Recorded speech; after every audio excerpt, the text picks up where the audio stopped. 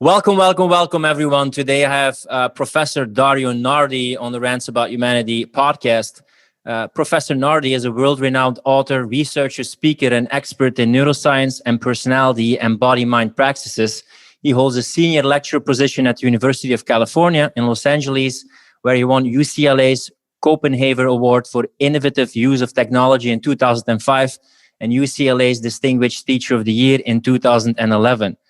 His books include Neuroscience of Personality, The Magic Diamond, 8 Keys to Self-Leadership, Jung on Yoga, and Facets of Ayahuasca, among other titles. He writes game books and fiction, and he is the creator of the Personality Types iPhone app. Since 2006, Dario has focused on conducting hands-on brain research, utilizing insights of real-time EEG technology and research about personality. Welcome on the podcast, man. And I got to say, I'm jealous of your name, Dario Nardi. It sounds like an evil supervillain, or I really like the name, Dario Nardi. It's for much of my life, from age 3 to 18, my parents got divorced when I was 3, and then I took my stepdad's last name until I was 18, and his last name was Power. So I was Dario Power for 15 years. Whoa. Yeah.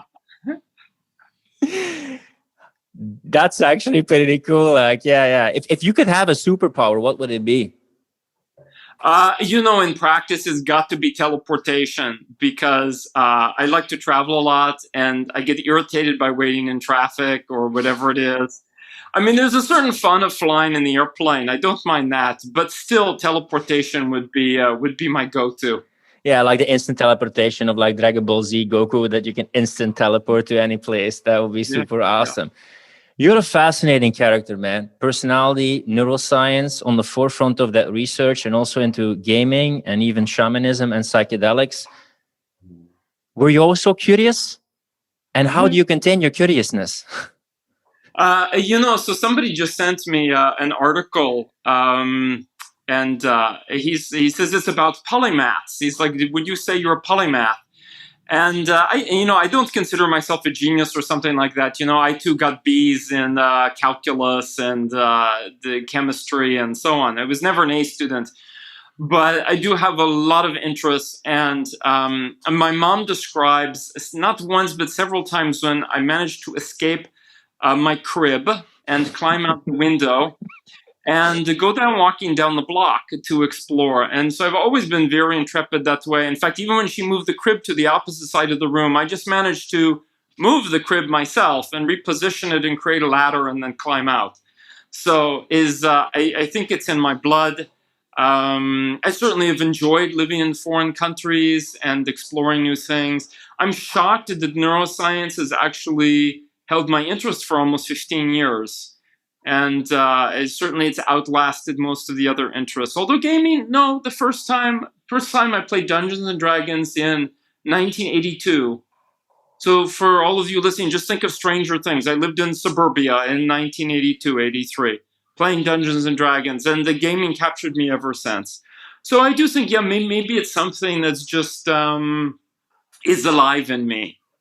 Yeah, because we're talking about personalities, and mostly from the Myers-Briggs perspectives. And I'm also an INTJ like you. And sometimes they think INTJ is the master planner, master strategist, but they also have a huge part of them that is imagination, right? That makes them feel alive. Yeah, very much so. And it's at times it can be a curse. Because there's a part of me is like, oh no, I shouldn't be reading. I feel guilty when reading many times fiction, because I feel I should be writing something. That's I'll still be learning, and I'm writing, and it's creative. And so one of the sort of jokes I tell myself is that each interest I have is a distraction from the previous interest, so I can take a break and then come back to it. And so that's there's a big element of imagination. And I found that certainly fiction and gaming is a way to do that. But almost everything in life, I feel we can bring our imagination to it. We're going to talk a bit about personality. And for people who are not acquainted with personality, what exactly is personality? So for many decades in academia and outside too, personality was defined as a consistent or stable set of characteristics. that has come under question in the last decade as these longitudinal studies over 30, 40, 50, 70 years have come to fruition, showing that, yeah, personality characteristics like extroversion and openness and so on, that they are stable from 5 to 10 years and from 10 to 20, but they change slightly over time. And the accumulation actually, when you compare age 15 to age 75, as they've been able to do now, they see people can be quite different. So it turns out, and I really feel that if we want to talk about personality, it's not just a stable set of characteristics, it's about development. Yeah, because often you hear that don't want to be put into a box when it thinks it's personality. People feel like you put them in a box and they can't evolve anymore. Yeah, yes, there is that. And, the way I like to say it is the way my mentor and marriage and family therapist, Linda Behrens, describes it, is that any kind of like personality framework or whatnot, it provides a language so we can talk about something. It provides a lens so we can perceive what's going on, and a lever in order to make changes. Because it's ultimately in any kind of science or technology or the tool that we use, can we do something with it? And, I think if we're just going to say we're going to reduce the world to two kinds of people, I don't think that it's very productive. Or, way a therapist, this was years ago, described, how do you treat everyone uniquely? You give them flowers. Like, what else can you do? Like, you have to start somewhere. And I think if we say that there are 8 types or 16 or whatever, as long as that has is not like ethically disruptive or really misleading to people, they're meaningfully different, this is a great place to start. And so it's about starting conversations and starting to do perspective shifting. Oh, okay, people process information more than I do. And I would say, of course, as many people are discovering, that the interesting, cool part of personality is about the psychological processes, the verbs in our lives, not these like, oh, the apple is red and it's round, or it's green and it's so on. Is no, it's a sensing, intuiting, thinking, perceiving, extroverting, introverting. We all do all of these things, but what kind of mix do we have? Yeah, and that's sometimes the thing that people don't realize about personality. It's oftentimes people have, if only people were thinking like me, and they have their own lens that they project on other people. But when you can understand the vectors and the different lenses through which people make sense or intuit or whatever, perceive, judge about the world, you can understand them better, and you can adapt to fit their framework, and you can see the world through their eyes, which is much easier than having to have everyone look at the same way as you do. One of the things that I think is a big confusion, and maybe you can correct me here, is people mistake extraversion with being outgoing. Can you explain a bit more about what actually extroverted and being introverted is, and maybe make a little bit of a link with the cognitive functions? Because most people just look at 4 MBTI letters and think ENTJ, okay, I'm extroverted, I'm intuiting, I'm a thinker, and I'm a judger. Yeah. There's a couple of ways to approach this. And one is from a neuroscience point of view. Mm-hmm. We've noticed that when people take in information, like we hear words, there's 2 different paths that can take within the brain. One is to go directly from like the frontal temporal area right to the executive regions of the brain in the front, where we act upon that information in some way. That's fast, it's quick. It's not necessarily a closed experience. It could be goal focused, but we can also use it as part of brainstorming or whatever. It's really sort of like directed to the outer world and our response to it. And that's how Jung described extroversion, that part is being oriented to the outer world. Mm-hmm. So that doesn't mean that we're like, jibber jabbering and it being energetic. It just could be observing and paying really close attention and interacting with, based on our observation. The other circuit in the brain is one that takes like a more circuitous route. So it's going more towards the back of the brain. It's connecting to those parts that go in with memory and reflection and 3D kind of mental modeling. And there's like this, okay, I've heard these words, but what does this mean and how does this fit? Or does it remind me of anything? How do I feel about it? Different ways to respond. And then once it's gone through like that little like set of rooms there, that maze, then it's sent to the executive region. And so there's a delay. but it's a thoughtful delay. And maybe the person is lost out because of the delay, but on the other hand, maybe they make smarter choices. So evolutionarily, obviously, they're both useful. Everybody has both circuits in the brain. It's certainly not just a continuum of behavior. It actually is meaningfully different. And so I would say that that's a great example of why we want to think about the cognitive processes, and just think of a personality in general is more than just what we see on the surface. Yeah, and that is often when I try to explain people what it actually meant was that you have perception and judgment functions. You have feeling, thinking, intuiting, and sensing, and they can be extroverted, which means it's from the outside to the inside, let's say, and you have more introverted from the inside to the outside, and you kind of have a cognitive stack in terms of like frequency, like how much developed they are, and you go like from the strongest, second strongest, third strongest, fourth strongest, and that is basically what it means. So when you have an E or an I as the first letter in the four-letter dichotomy, it just means if your most powerful cognitive function is introverted or extroverted. And I think that's a different, because there's going to be a lot of personality freaks checking out this, but that's a bit of a nuance to know, because it's a vastly interesting kind of science, the personality science, but it's like a lot of vectors that have to do with it. Also your mentor, Linda Behrens, I read all her books, which is very interesting. She also talks about interaction styles, and she connects it like with language learning styles, right? Yeah, absolutely. And something that my research has revealed that other people have found too, from different fields even. So one is Viktor Galenko and his work. He's a Ukrainian psychologist looking at the sort of flavors of type, or the 4 subtypes for each type, but really, based actually in a lot of material that's out there. Another one is, her name's Helen Fisher. I read her stuff on like Why We Love. She was focusing on like seduction and evolutionary science. Yeah, so she has that angle. I haven't actually followed so much her relationship angle.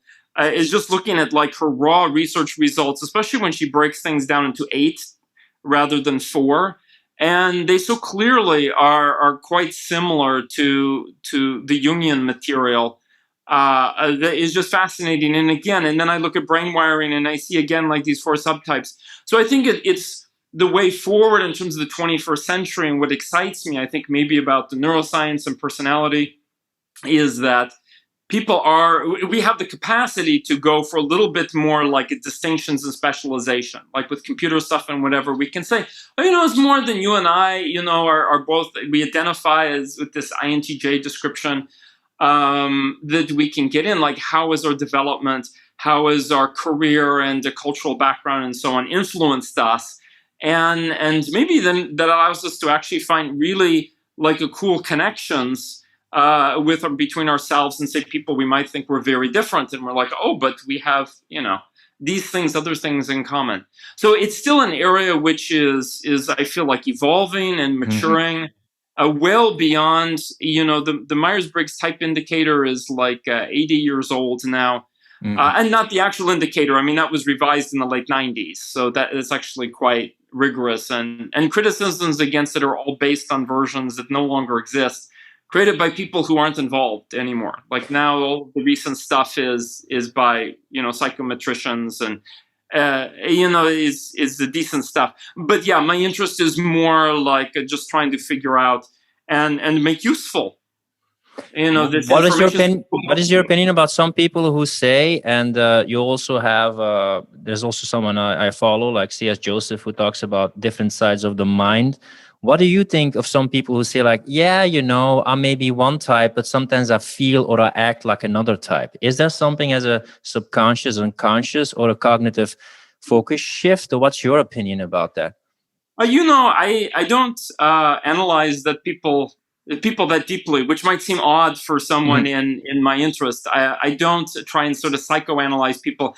I would say from my own personal experience, for example, I noticed in my early 20s, mid 20s, as I was starting to get towards that teaching track, Did you know, like being like a dowdy, quiet, nerdy professor who's always facing the board is not a successful way to get ahead as a teacher. Dario Nardi.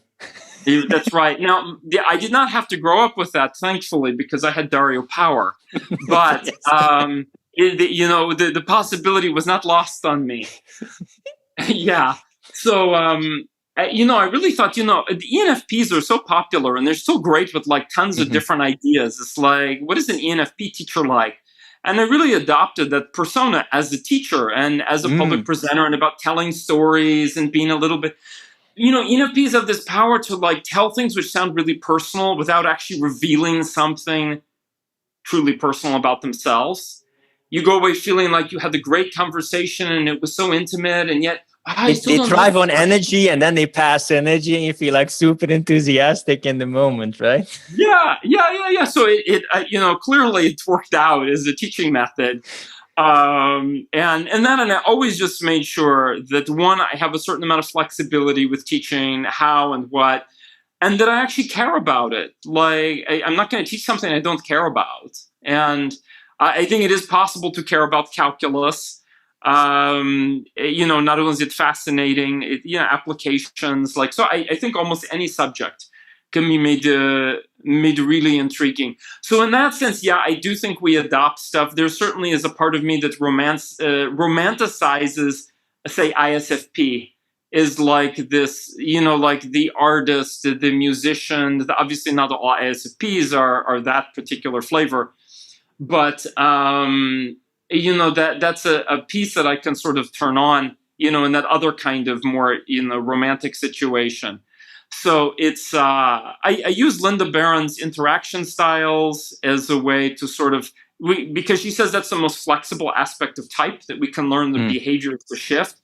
And so just shifting the interaction style and a little bit of the qualities, like of the function stack in me, to bring those out. And it's not easy. I don't think that happens naturally. I think it takes training.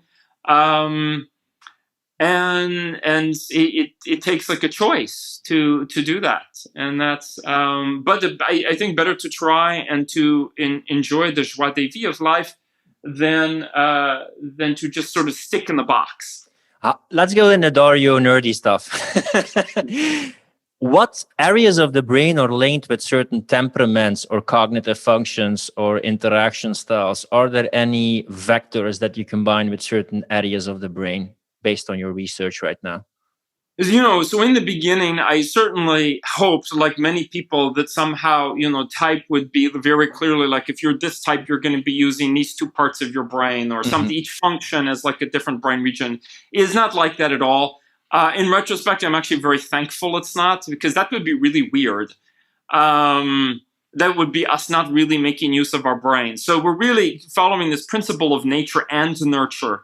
That what I see is that the brain, when we look at the brain, it's the snapshot of the developed self. And we tend to develop the skills, which also means using them and repeating them and so on, digging those like neural pathways, digging them in. We tend to develop the skills that meet, yes, our psychological needs and also our practical needs. So that the brain of an INTP psychotherapist is not going to look the same as the brain of INTP engineer versus INTP artist. In fact, they shouldn't. Like, that would be weird. And that would be very behavioralist perspective. And I believe that when we talk about psychology, it means psyche. So it relates to the soul in some way. So it is not individual regions. That said, there definitely is statistically meaningful differences. People of different types using their brains in different ways. Not just individual aspects, but networks, whole brain activity. When do they get into the state of flow? Are there like affiliate types that are more left-brained, or pragmatic type that are more like right-brained? Or is that kind of old school way of dividing people? I could say, certainly, it's funny. So in neuroscience, they talk about left and right hemispheres, and they are meaningfully different as hemispheres.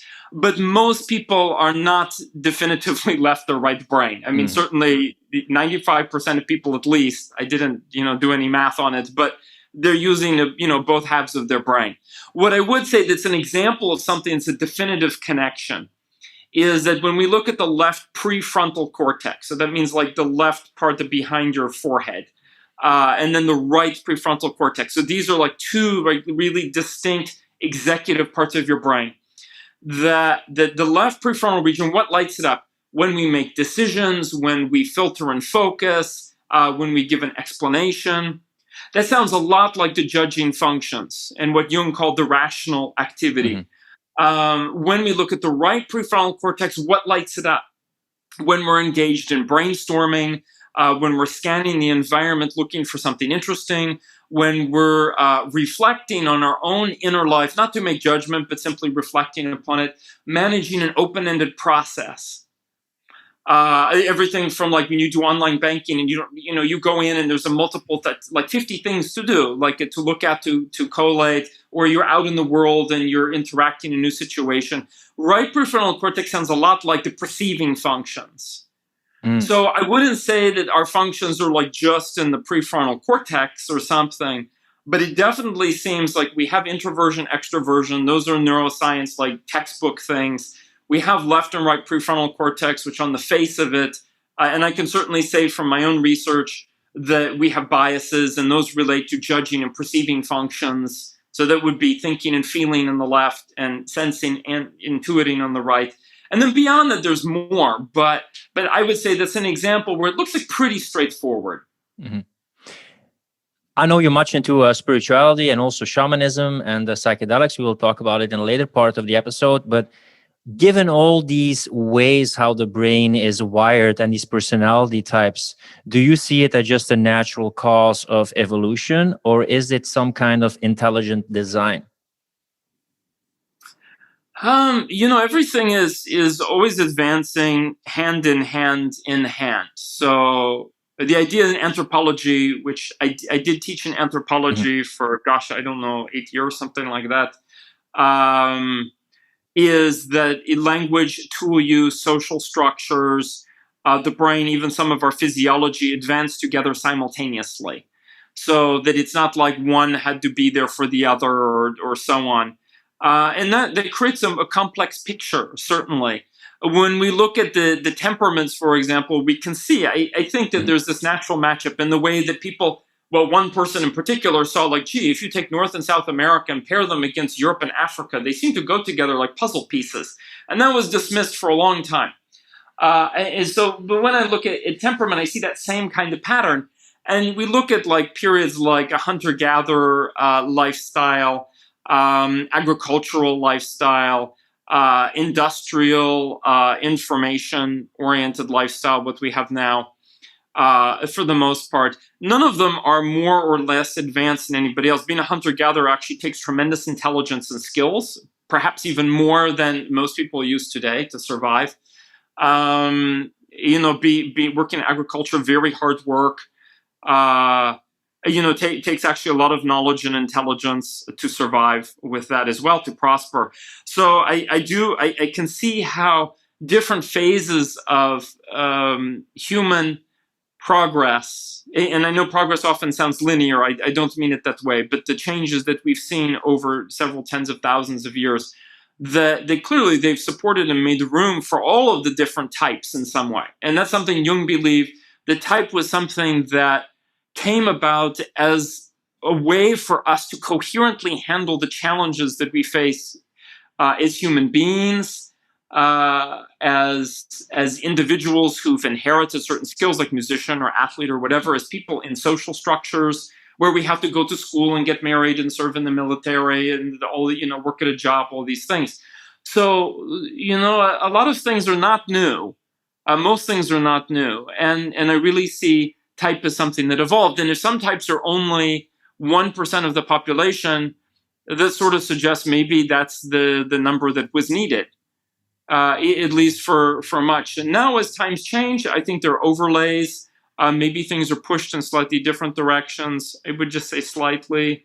So I see it as a combination. Now, the fact that there's a beautiful symmetry to it at the same time, that does maybe get us to think, maybe there's more to it than just the sort of the history of the human race.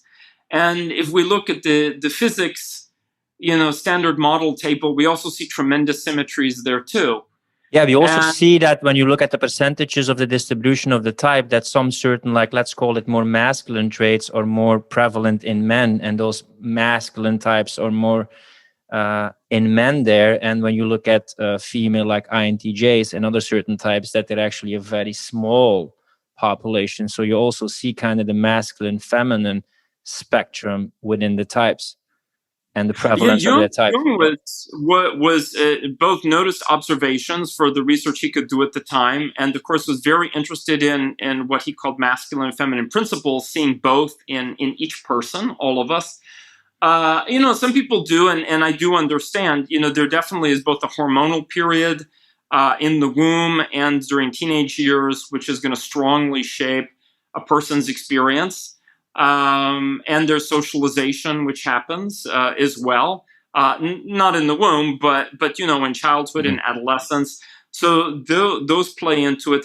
And what I feel is really fascinating is I look at my database, and as I sort of sort people into groups, looking to see, like, gee, which factors influence what. And one of the things I noticed was that dividing into different age cohorts, that for the 15 to 25-year-olds, if we wanted to reduce all the brain wiring patterns to just two categories, and we don't have to reduce to two, we can sort them any way we want, to 4, to 8, to 7, whatever. You reduce to two, actually, masculine, male, female, I don't want to say masculine, feminine, but male, female sex is really a huge difference. But if we look at age 25 and beyond, the 25 to 55 cohort, what I see is that career is the most important impact by far. So if the person is, say, a male artist, like music, painting, this and that, they're going to end up with this holistic brain structure, which maybe statistically was more common somewhat among females that were teenagers, but that disappears, and it ends up being the career that's the biggest impact. So I'm somebody who really, hews to that nature and nurture perspective. Both have impact. I think some of them, when people are younger, certainly the biology will play more of a role, because hormones affect a whole bunch of things, not just the physical traits, the attention, energy, all of these things. If anybody ever has time, and besides checking you, which is just so fantastic to watch, type in YouTube, watch the Human Behavioral Biology series from Dr. Robert Sapolsky. It's amazingly entertaining to see. And in the end, you also see that he says, like, it's a nurture and nature thing. There's almost that it's a gene environment interaction, and everything is an and. And I think it's strange that sometimes we live now in a society where they think like everything is environmental. It's always an interaction, of course. Yeah. And I would say, to some extent today, it's understandable because people are trying to compensate for hundreds of years at least, and really thousands of years in every culture, trends as to where everything was decided by biology. Well, but they feel it's limiting that it's biology. But I find it sometimes, and sorry to interrupt you, but I find it freeing to know my default tendencies. I don't feel limited, but when I understand myself, I can use it in a better way. For me personally, it was very freeing to know that. Yeah, so it's so funny that, Jung talked about this as civilized and barbaric, and he didn't mean it in a cultural sense. He meant it in a psychological sense. That when people were one-sided and they were oblivious to it and they did not have a choice about the behavior that was one-sided, whatever that might be, that they were barbaric, even if they're dressed in the finest clothes and eating the finest cuisine and use the finest language. Whereas the person who necessarily we specialize, in the career and so on. But if a person is aware of it, and they make wise choices around that, to say, yes, I'm male, or yes, I'm female, and what do I want to do with that? Like, am I thinking really for myself? And weighing it with all of the other things going on in my life and my aspirations. And then he called that very civilized. And that the person living in the jungle, or, the tundra or whatever, could actually be incredibly civilized in that respect. And is whether or not we're aware and we have choices, And we have the freedom, of course, to act on those choices. And that's I feel like the beautiful thing about all of the personality stuff, Jungian psychology, anything where people are getting to know themselves. I certainly found with psychedelics that was very freeing in a way for psychedelics to help me identify the few essential, maybe half dozen things that are truly me. And that there's nothing I can really do about that. That's just sort of who the slots I'm in.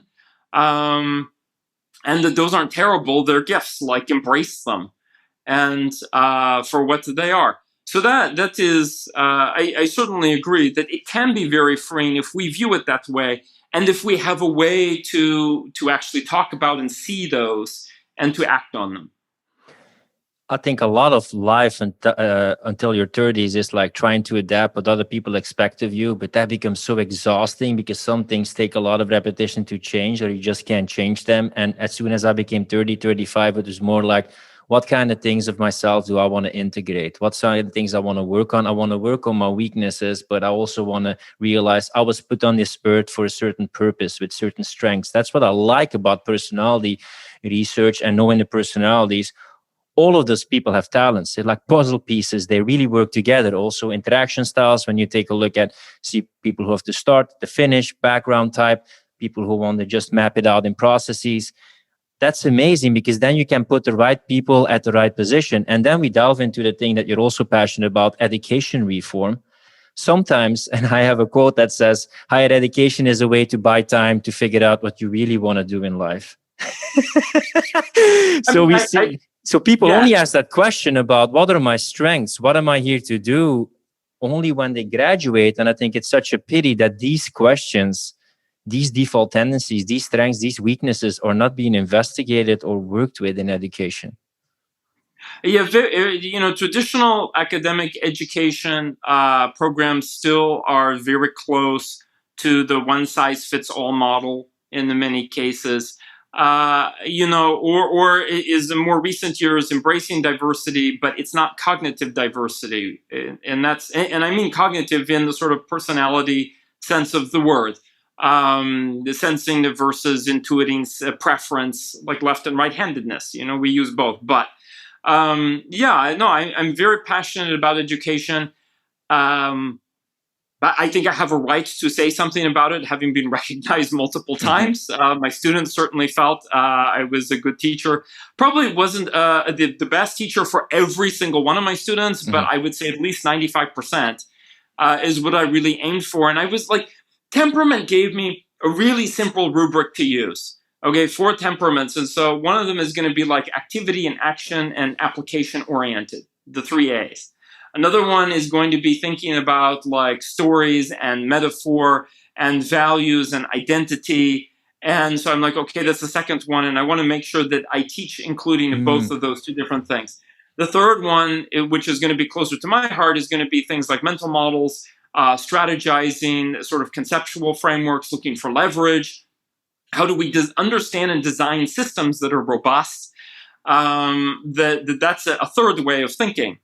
And then there is a fourth way, which normally is certainly not my strength or go-to, but I actually made an effort to honor it. Is people, for example, who rely upon memorization and want the teacher to tell them what to do, or at least give them default things, is like, oh, you can write about anything.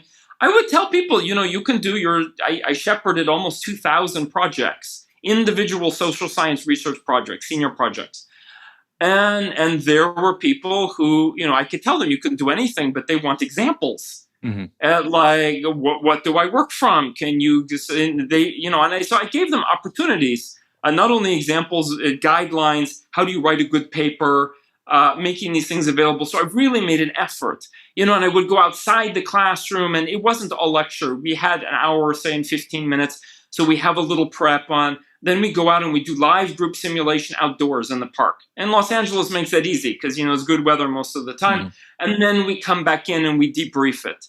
And the students just love that, because then I don't need to teach the ideas to them. It's not a transfer of knowledge from the board, my head to the board, to the student. What it is I'm creating experience. They learn, of course, like prepping them for it and debriefing, but create the experience. They learn the principles firsthand. And the great, very timely example, I think, is that I had this one where you usually have 100 to 150 students.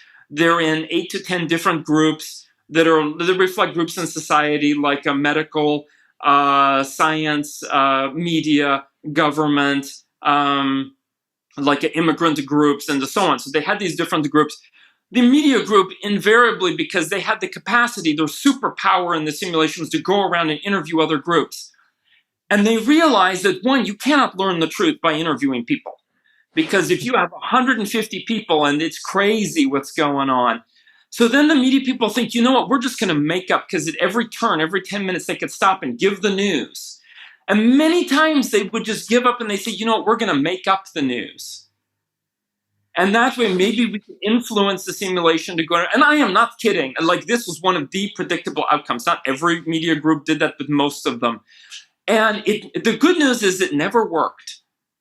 The stories that they told, yes, confused people more, but they didn't actually impact the unfolding of the group. And if they did, it usually created more conflict than if they had simply said, like, we heard this and we also heard that.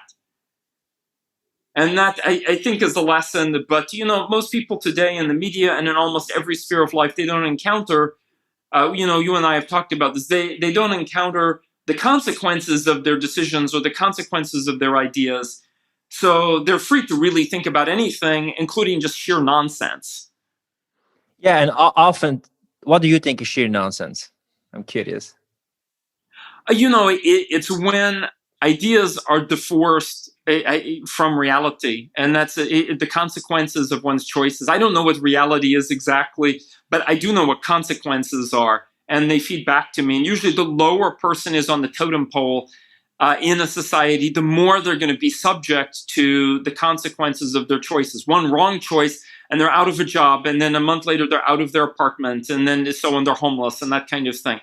People who are privileged, and I do believe that there is a category of people who are privileged, certainly the 1%, or 1% of 1%, that they will never experience the consequences of their choices. In fact, they can avoid not only the consequences, they can avoid transparency, and they can avoid accountability.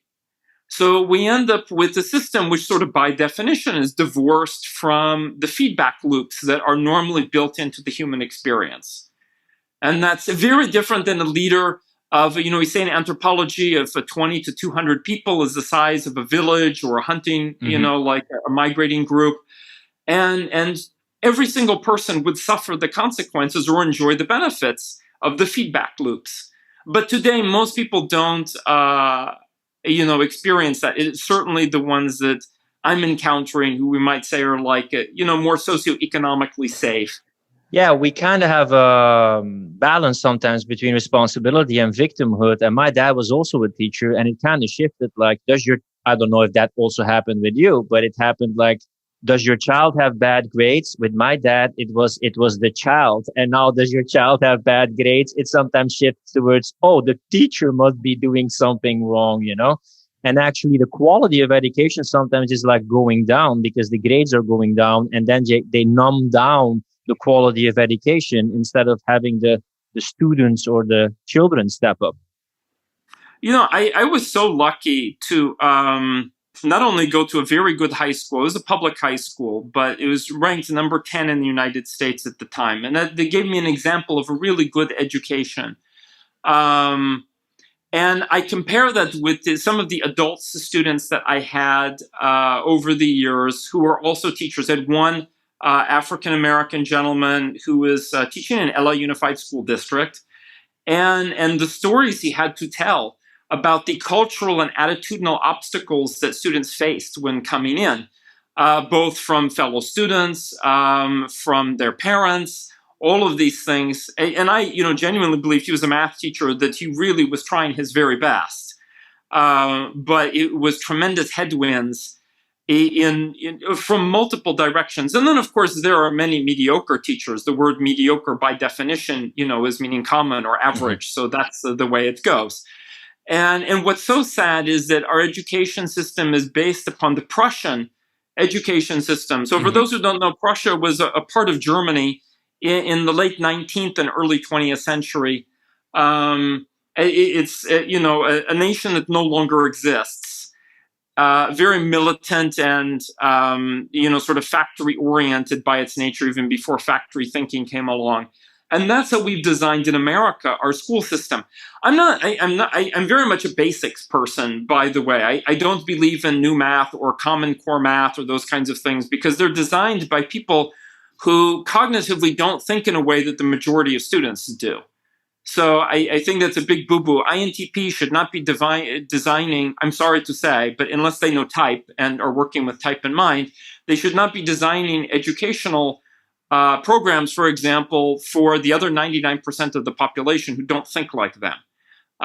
Which is they will do it a bit like an engineer and like robots and very systematized, right? Yeah. Which is great. I discovered many shortcuts in math that are part of Common Core. And the principles of Common Core, like ideally a person will do this or that. Oh, yeah, absolutely, ideally. But that is not, we know statistically, that is not how the vast majority of children think.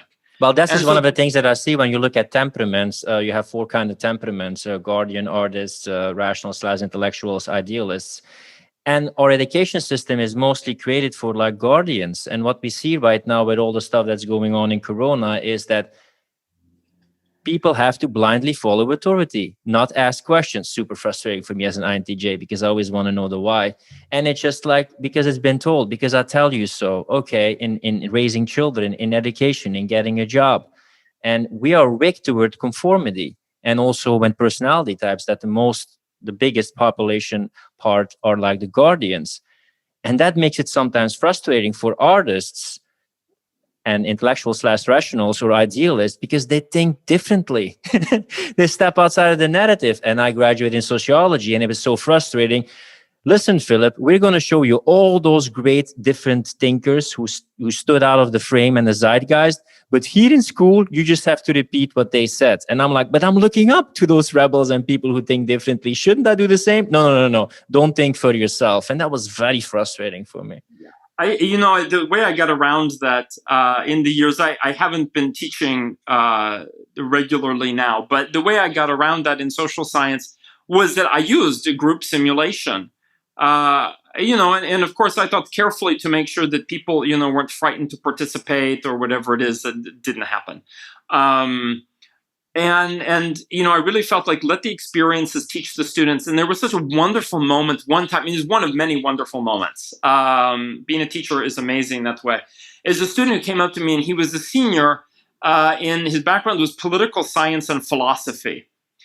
And they were mostly social science students, but this was his background. And he said, you know what, Professor Dario, because that's usually what they called me, is like, I don't take this the wrong way. He says, but I just realized, and this is after they did this 1-hour simulation, nobody behaved the way I was taught that they would behave. And that actually everything I've learned in the past 4 years is wrong. And I felt such a leap of joy in my heart, because to me, that's what education is about. It's fine to have these different models and different ideas. They all came from observing something. They came from somewhere. But if those ideas have you, or the person has adopted them purely as like a social status thing, that's really sad. It's really unfortunate. That, and time and again, students would tell me that the benefit that they got most out of UCLA was their extracurricular activities with other students. And I don't mean those extracurricular activities. Partying! Students invited me to parties too, which was awkward and then was cool. As I got older, it actually got easier. Starting at 28 and then they're 22 is weird, because it's like too close together. Yeah. No, they really meant things. Like the students were really quite vigorous in doing stuff that would be like, I remember this one student, ESTP preferences, and I know this because I would inevitably take them through temperament and then interaction styles and so on. And he would organize students to go down, I think it was to Guatemala, to build houses over spring break. Mm-hmm. And what an amazing experience that was. And they're giving back to community in some way. And it is just time and again, I saw stuff like this. And that they were really, for the most part, disappointed. And studies have shown on cognitive growth that the second half of college, the second 2 years, have no discernible impact on cognitive skills. Wow. With students. The first 2 years, statistically, they do have an impact, but after that, no. And I think that's a tragedy because the students. I call those the let's get it over with years. Yeah, there is an element of that, and if the students are they have the opportunity and they have the inner drive to do it, they will make the most of it. I had students. I was very lucky. UCLA has such great students. There were people who would really take initiative, but they also felt like their energy and their brains and their capacity were being wasted.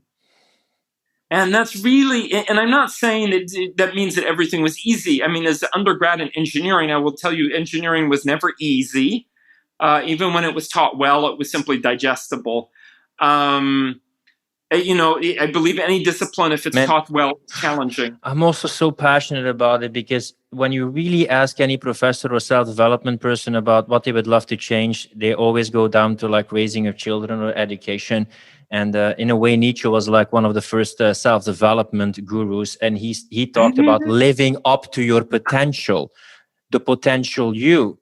And what I often do with people is, one of the basic things, do you love to work with processes or do you love to work with people? And you know what I see? They choose a degree just because he gets a job. And then they're a people-oriented person and they have to type Google Sheets all the time. And they have a burnout. Why? And they procrastinate because they have to do the majority of the time something they weren't meant to do. That's not their talent. Or the other way around, people who love to work on a website and they have to give meetings and network with people and it just exhausts them. And I see it all the time. And what happens? They keep on doing it until they're 30, save job, enough money. People say like, hey, keep on doing it. It has a nice paycheck. And those people start developing themselves in the weekend. And then finally, they change direction in career in their 30s, mid-30s, because they finally discover what they're meant to do. And I think it's such a pity of all those years to set the direction in a way that's more aligned with what you're meant to do. It's funny. One of the piece of advice I would give students is that when you're in your 20s, I would say before 35, and you go to work for corporations, small or large, that they will milk you for all that they can. And they know that they can pay you less, that you lack perspective to know what your true worth is or your capacity. I mean, they're younger. They haven't been through life, so they wouldn't know. And at the same time, they're not going to remunerate you in the way that they could. And then once people reach 35, they often begin to realize, gee, is this what I always want to be doing? And I would say to anyone listening who is younger out there, absolutely do what you just said, like that self-development pieces on the side, no matter what that is.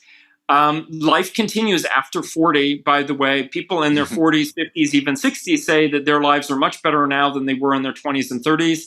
If you're physically healthy, like I am, it's great. I'm 50, I can go surfing, go, hike the Grand Canyon all night long. Like all of this is great. But I'm also very aware that every year of my 50s is the last time I'll ever have that year. Let's imagine that someone is going to choose a university or high school degree and they're doubting about what they should pursue. I just said like systems, people, difference. Are there any vectors that you could ask people like, think about this? What do you prefer more as doing as a job or your mission or purpose in life, giving your vast knowledge about personality and neuroscience? Are there kind of dichotomous vectors that you could ask people that they say like, choose maybe a profession in this direction or a degree? Yeah, absolutely. So towards the end of my book way back when, 20 years ago, Character and Personality Type, when character was all the rage as a topic, I mentioned 4 things for people to think about with their career. One of them is, what are your values? Because every sphere of career area has values. The sports world, the legal world, the medical world, they all have particular sets of values, both in theory and then in practice. And actually try out some time in those, not just about the skills, but do you want to be with those kinds of people, supporting those kinds of values? If the answer is yes, great. If no, move on. The other is to know your talent, not because you should be doing your talent necessarily all the time, but you do want to tap your strengths as a great foundation to make sure your talent is integrated in whatever you do, because your talent is your thing that like you do well, and it doesn't take a lot of energy to do it. So, and I understand, especially as people get towards midlife, they're like, oh my God, I want to do something different. And that's great. Don't completely jettison your talent. Just get really clear on what your talent is. That's the second thing.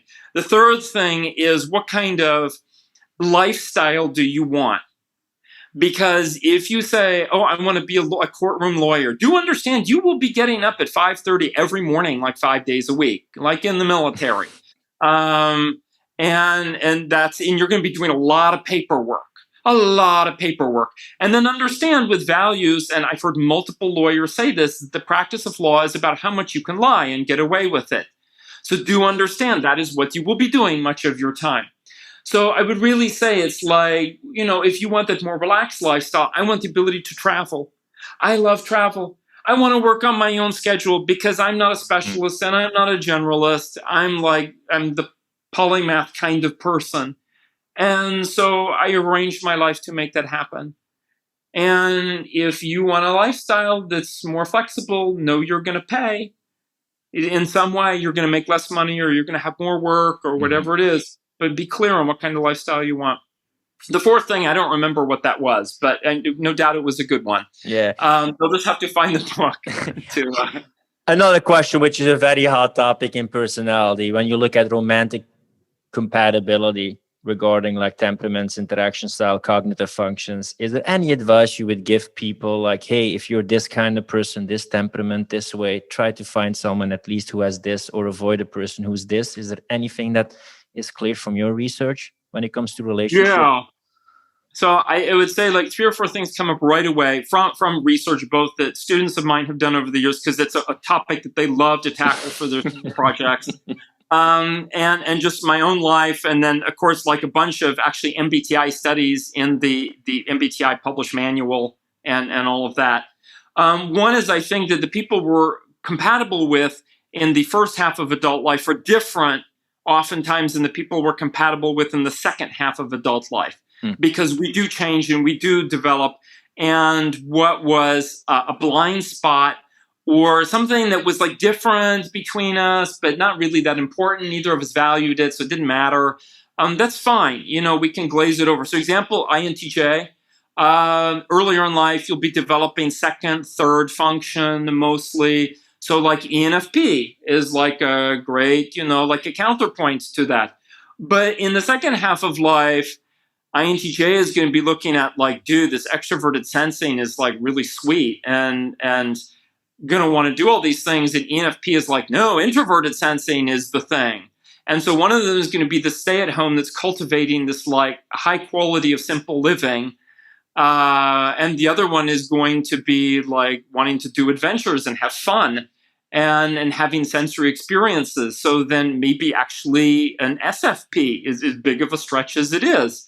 So that's not like a magic formula, but I would say be open to the idea that like who you are now, like 15 years from now, and of course this is not amenable to like until death do us part, but this is what I'm saying.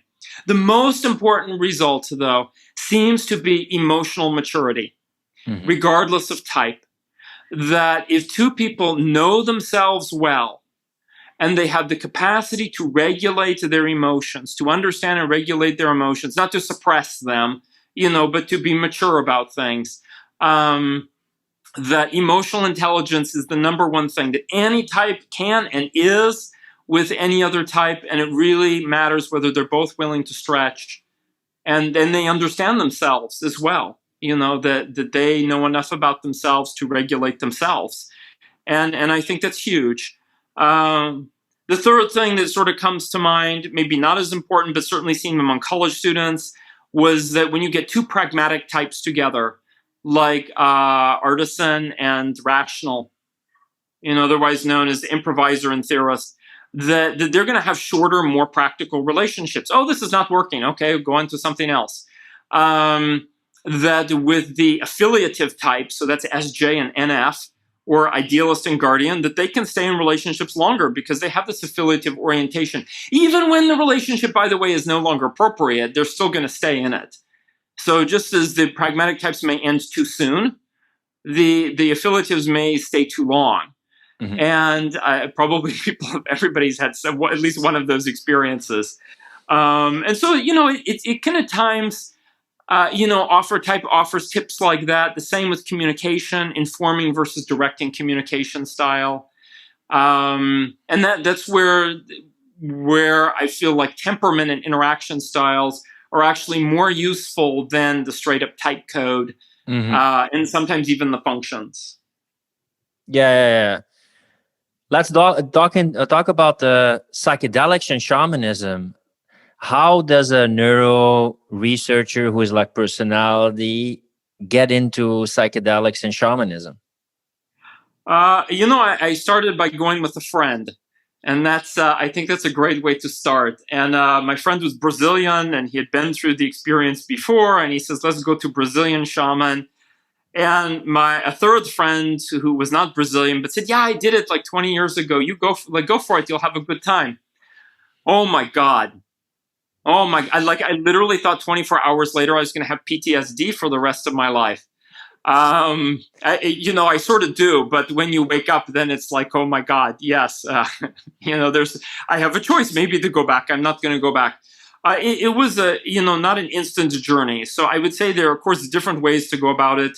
I'm a strong advocate of any kind of practice which is not with a hallucinogenic, because that's a great way to integrate the benefits you get of hallucinogenics into everyday life. Mm-hmm. So to have a yoga practice, to have some kind of like a drumming shamanic journey practice, meditation, a mindfulness practice, whatever it is. I really do believe body-mind, and I don't call it mind-body, even though that's what's in the literature. I call it body-mind. Mm-hmm. Body comes first. 80% of the signals in the nervous system flow upward from the body into the brain, not the other way around. So to include both. But it was not something I was thinking of. It was something that's sort of vaguely there in my background. I had been exposed sort of tangentially to these things 2 or 3 times over the years. Was very much somebody who's like, no, I'm not going to use anything that would affect my brain, my most prized possession. Thank God I got over that obstacle. And I would say it's actually something quite serious. That there's a reason why various, we'll call entheogens. So those are a little bit different than just generic psychedelic, and certainly not in the same category as, say, drug. Things that are ego-reducing rather than ego-enhancing. Things that take you away from the world as illusion rather than immerse you further in it. Mm-hmm. Those are shown tremendous promise. The Beckley Foundation in the UK has done, spearheaded tremendous research to help for depression, anxiety, all these other problems. 1 in 4 Americans is diagnosed with a mental illness. It is not uniform even across the population. It varies. There's some groups up to 45%, even when normalizing for access to healthcare, mental health care. So really very concerning. I think some of that is overdiagnosis, but some of it is because the modern life is so detached from our evolutionary heritage.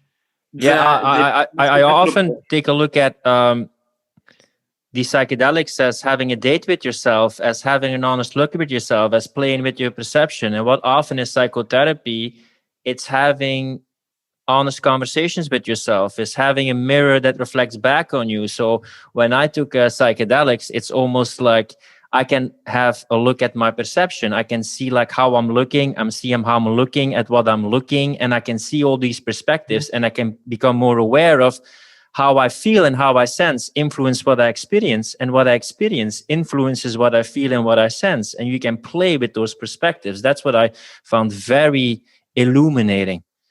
Oh yeah, absolutely. And there are ones which are more mental in nature, and there are ones that are more physical in nature. Like ayahuasca is quite a physical and emotional experience, as well as mental and spiritual experience.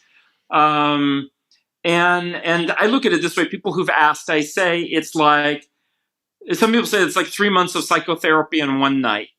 Others will say, I like to say it's a cross between like religion, psychotherapy, and bungee jumping. And that's and the bungee jumping, you can't get away from. The sort of another metaphor I like to use is, imagine like there's a castle with walls, and that's your ego, and that's you. And I don't mean ego in a bad way, like that's your identity and what you keep track of consciously.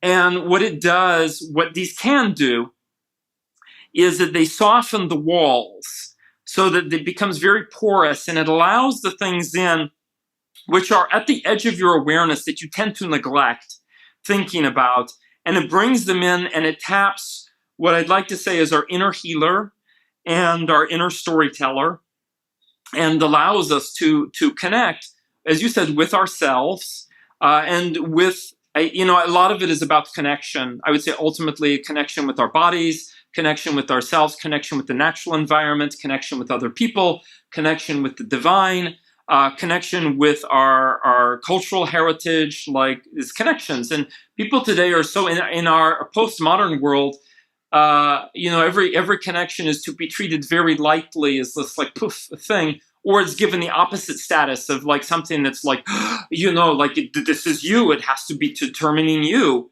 Yeah, on one hand, and that's what I find fascinating in these days. On the one hand, it's oftentimes very subjective and you can choose everything, ultimate freedom.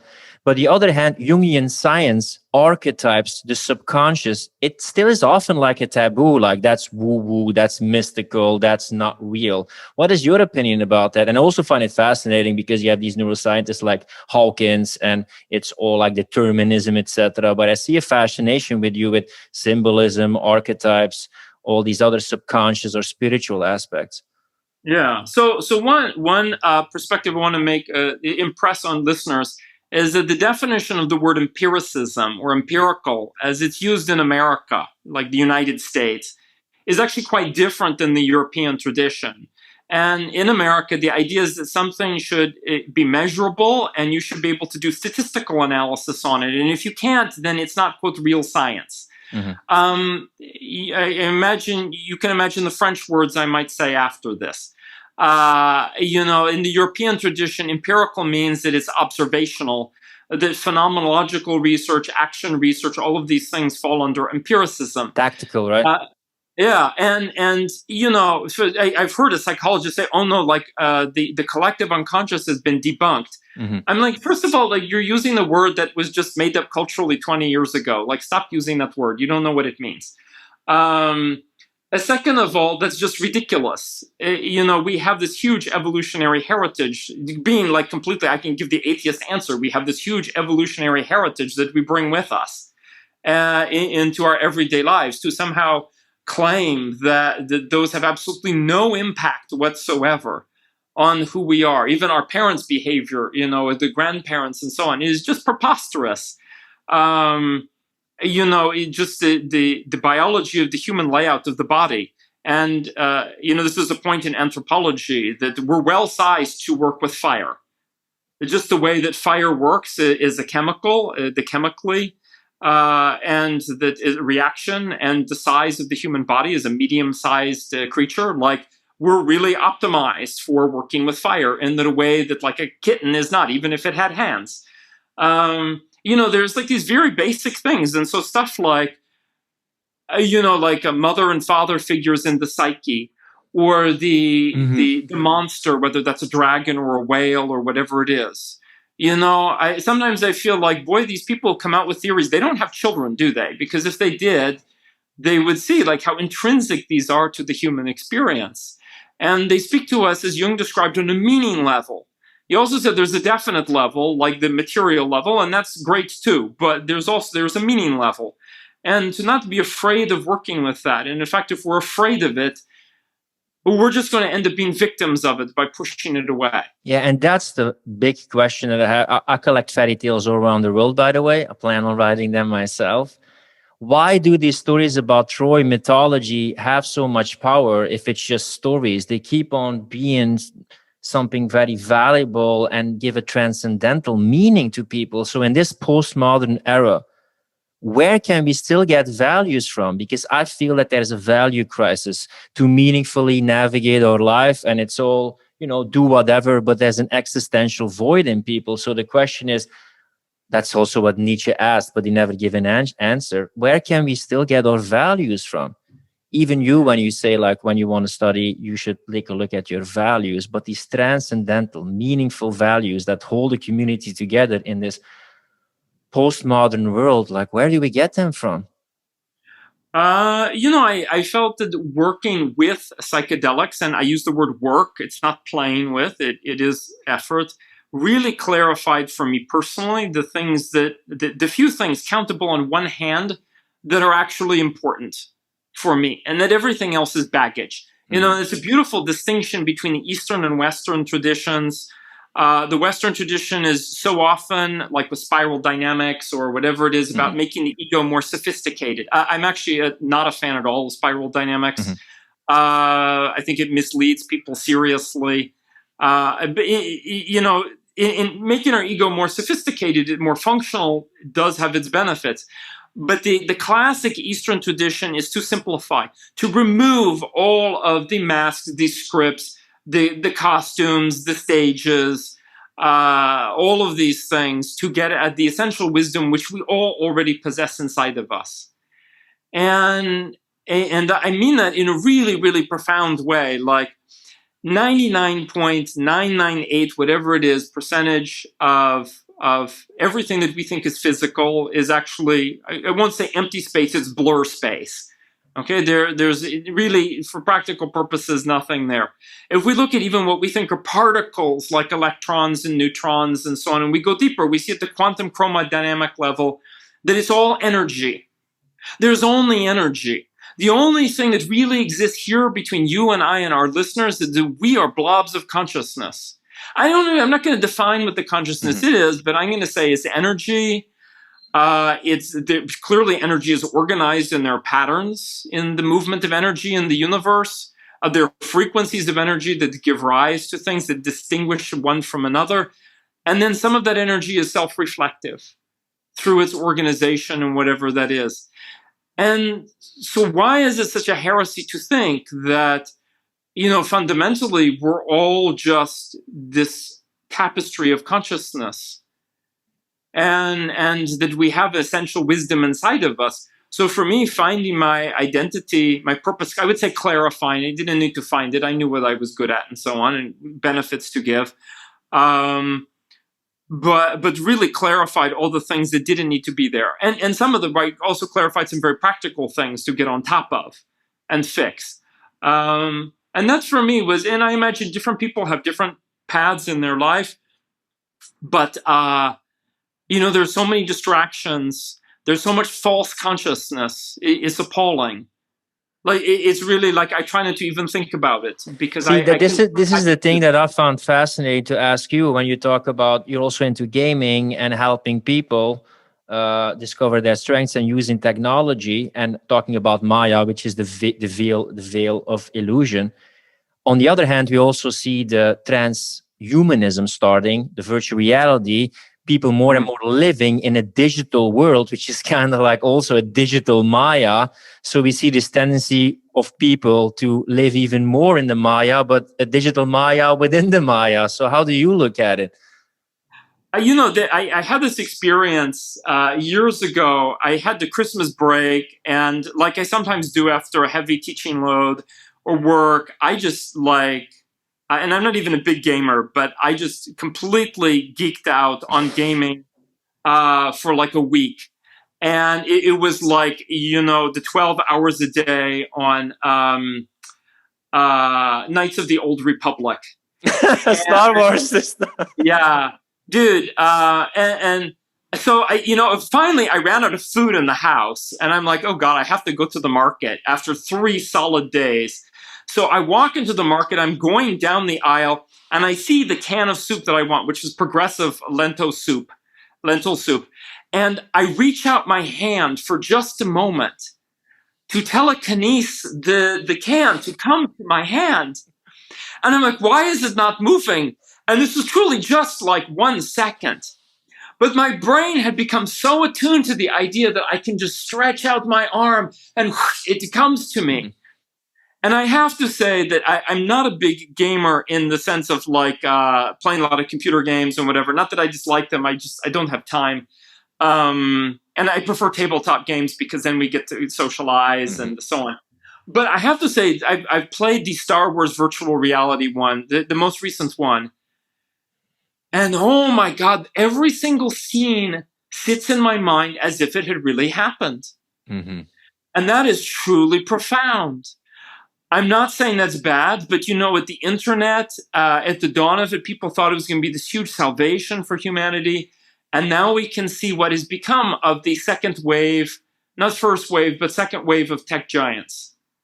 Yeah, what if they find a certain neural regions that are activated by real experience and they just simulate it, hashtag sex in Japan, experience that you really feel like it feels like the act, it looks like the act, it smells like the act, it stimulates the same brain regions, but I'm sitting here in my mama's basement with a Big Mac in my hand, but it feels like I'm actually living that experience. What would be the argument for you, pro or against, to say like, no, it's not the same experience as actually living it, when so much of the experience is wired in a way that it feels the same?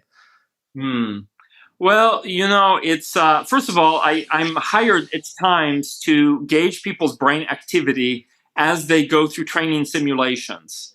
And the whole point is to show that we can actually change the brain wiring over time by having them go through simulations. So is this a hypothetical? Is not just a hypothetical, like I'm actually paid to see when this happens. So it's a real thing.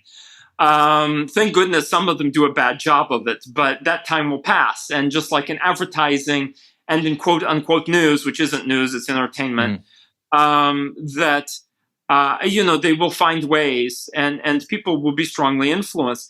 The question always comes down to, though, is what is at stake? And I have to thank my colleague in type, Antonia Dodge, for raising this great question: what is at stake? And if nothing or not much is at stake, you can just take off the headset. Then really, it was an experience, but it wasn't truly an experience. And that comes back to what I said earlier about consequences. Do people experience the feedback of their choices? In any case, you and I have chatted about this. And so, it's very different than saying I'm going to New Guinea and I'm going hiking and then we're going to do some, like a kayaking there and the hike through the jungle, and did I get my shots? And that creates a different experience when people are in a state of hardship, when they feel they have something to lose and something to gain, that they behave with their fellow human beings in a different way. And they bring out parts of themselves that can never come out, I think, otherwise. Of course, under controlled circumstances, that's the point of psychedelics. The psychedelic experiences that I've had feel very real. They're very memorable. Real in the sense of impactful. I'm not hallucinating. I know that if there's a fire, I can get up and leave the building just fine. But does it have emotional impact? And that is really often, when we say, is there skin in the game, that is any shadow material given room to come out? Is the anima or animus archetypes given room to come out? And if they aren't, and I believe today so many people are insulated, especially in the baby boomer generation today, insulated from, any kind of shadow material coming out for them. There's no reason to experience it. No reason to have a different view of things, because life is... it's kind of like the disavowing of the shadow, and then it attaches itself to a projected enemy, and then it feeds off of blaming that enemy for your own personal flaws or shadows. Yeah. The fundamental Jungian piece, besides neurosis, was projection. And actually, the neurotic is healthier than the projected person, because at least the projecting person. And projection is a huge problem in our society because the media is so ever present in so many ways, allowing us to project and step into other people's lives. I do believe, by the way, that there will be many good applications of VR and AR, and that we will go through a wonderful Renaissance period. So this is like the Cassandra me talking for like 20 years or something, which will maybe hopefully have the chance to like transform education and like all these things which are way behind. Like, there's no reason that the first 2 years of university life are not online. I don't mean to just sit there like a dummy, but like, why pay $4,000 to take calculus when you can have the finest teacher teach you calculus already?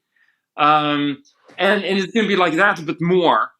And we will go through a golden age with that. And then eventually it will be abused because, I like to say, People say Yeah, that you have politics. the alchemist stone in your hands, almost like personality Yeah, research, the brain, seeing how they reacted, gathering information on such a vast level that you can almost predict people, their individual or their collective behavior better than themselves with all the data, what they say, how they feel, maybe biometrics in the future.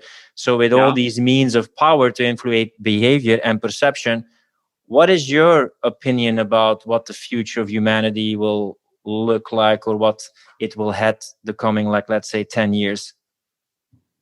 Those are two very different questions. There is the saying that politics is downstream from culture. I believe culture is downstream from technology. I believe America, United States has. I say United States because I get people in Latin America really irritated that the U.S. calls itself America when there's like hundreds of millions of people also Yes. living in America who are not the U.S. And they're perfectly fine countries and great cultures. And I believe the U.S. has the capacity to pull out one more technical revolution to save its butt. There's so many horrible, horrible choices going on right now. Being at the university, I can tell you, not amongst the students or faculty so much, but at the administrative level, tremendous misconduct. That's just not my opinion. Other people who work, I know someone who worked in the finance department for many years. The fact that the university multiple times lost in court for misconduct, like, I'm sorry, the law has decided you engaged in misconduct, no matter what campaign you sell. I think it's hard for maybe people in the U.S. to believe that the highest levels of American culture are profoundly corrupt.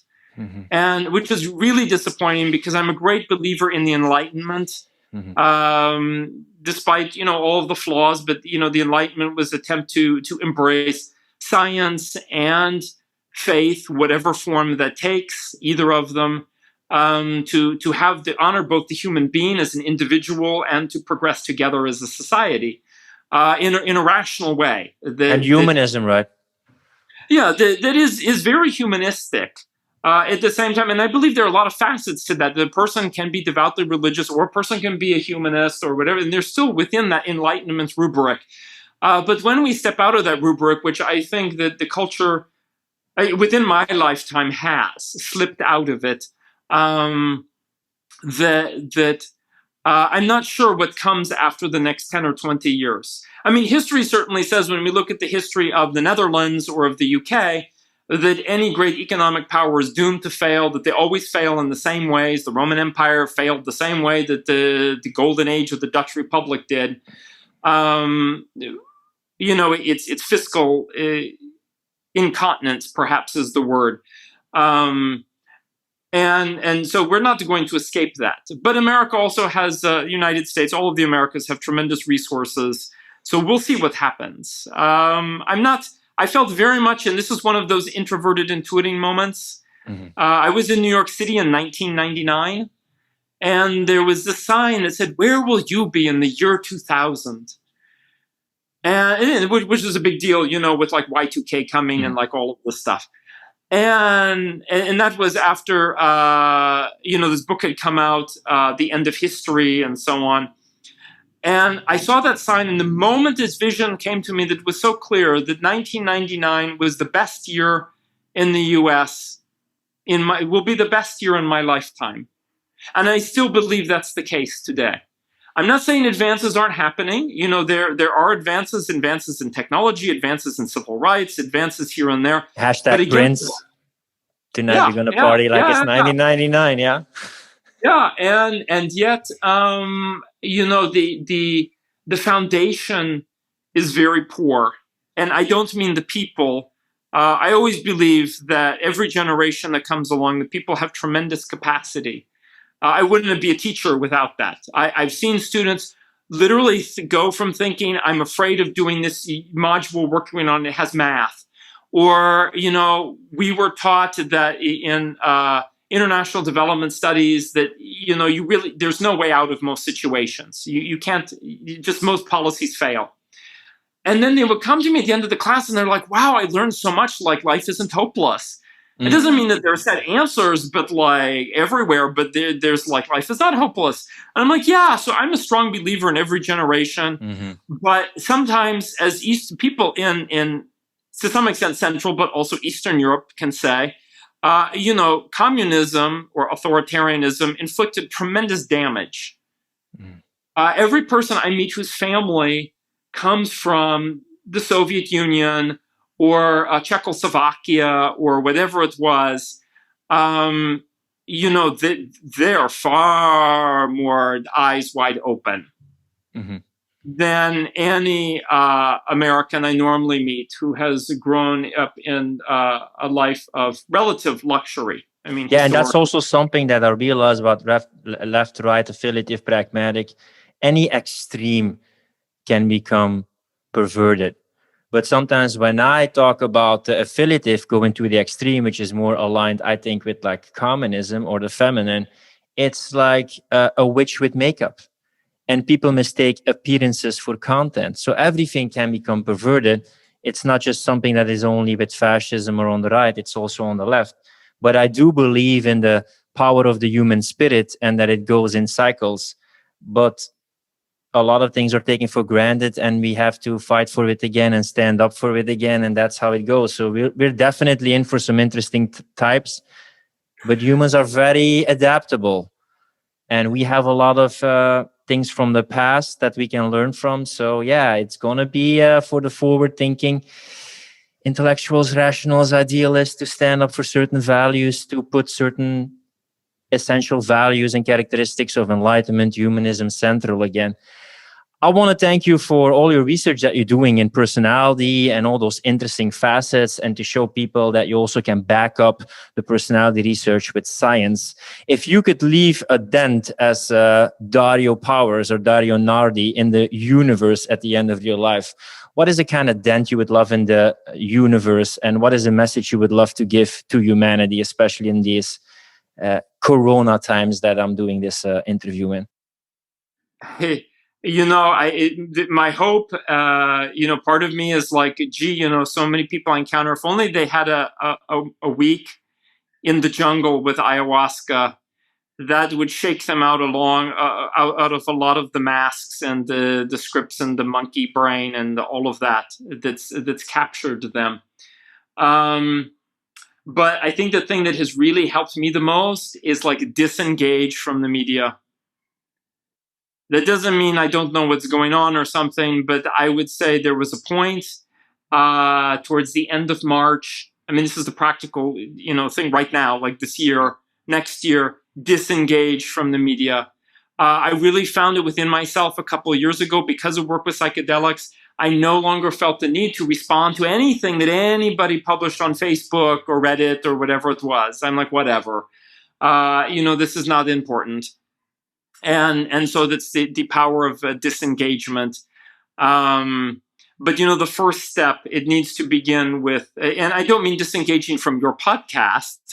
I think that we understand it's programmed media, and that's a little bit different than thoughtful media. And that I would say is a really profound first step. And then the other is to take up a body-mind practice, and that might even be just gardening. But please, like any kind of body-mind practice, you will save your sanity. Yeah, man. That's important to have a detox from the media sometimes, because you are not just what you feed yourself with, you are what you feed your senses. And when all you look at, that is your perception of the world, that kind of enhances the future of humanity. So I also want to bring some hope that you can also shift your perspective, delve deep in yourself, shed some light, and also work with your shadows. And that way you can get more awareness, empower yourself, and empower humanity. Thanks so much for sharing your wisdom on the podcast, and all the best in your research and all future endeavors. It was an honor to have you as a guest. Thank you. It was a delight to be here. If you like this podcast, don't forget to subscribe, share, and leave a comment.